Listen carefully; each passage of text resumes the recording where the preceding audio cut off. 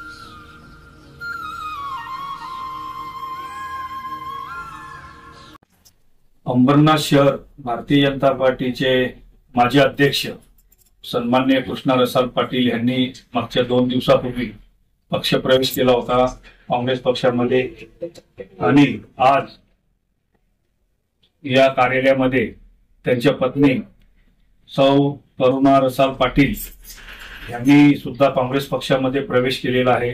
करुणा रसाल पाटील हे अंबरनाथ नगरपालिकेचे माजी बांधकाम समिती सभापती होते, माजी नगरसेविका होत्या।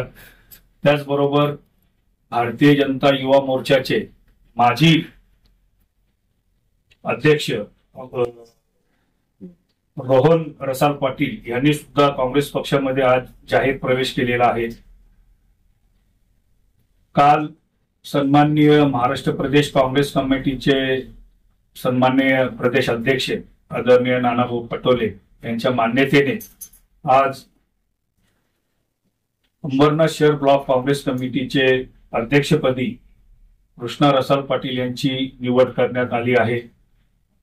अंबरनाथ शहर काँग्रेस कमिटीचे तत्कालीन अध्यक्ष सन्माननीय प्रदीप नाना पाटील यांनी मागच्या 20 दिवसापूर्वी शिवसेने शिंदे गटामध्ये प्रवेश केलेला होता. अंबरनाथ ब्लॉक काँग्रेस कमिटीची जागा रिक्त होती आणि त्या जागेवर आज अध्यक्षपदी म्हणून कृष्णा रसाल पाटील यांची नियुक्ती करण्यात आलेली आहे.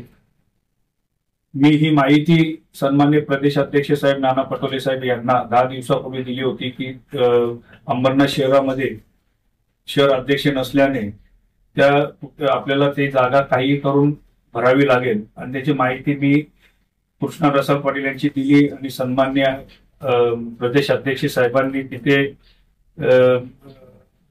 मंजुरी दिली आणि आज सन्माननीय प्रदेश अध्यक्ष नानाभाऊ पाटोले यांच्या मान्यतेने आज खऱ्या अर्थाने मी त्यांना अंबरनाथ शहराची जबाबदारी दिलेली आहे.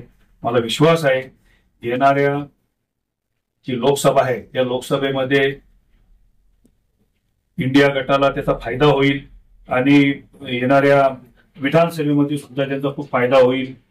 त्याच्यानंतर कधीही नगरपालिकेची निवडणूक लागू शकतो. त्या नगरपालिकेमध्ये सुद्धा कृष्णा रसाल पाटील हे अध्यक्ष म्हणून त्यांची नियुक्ती झाल्यानंतर ते मनापासून सर्व घटकातील म्हणजे जे काही जुने दांते जे काही काँग्रेसचे कार्यकर्ते असतील त्यांची भेटीगाठी घेऊन येणाऱ्या काळामध्ये 100% काँग्रेस पक्ष वाढवतील एवढा मला आत्मविश्वास आहे.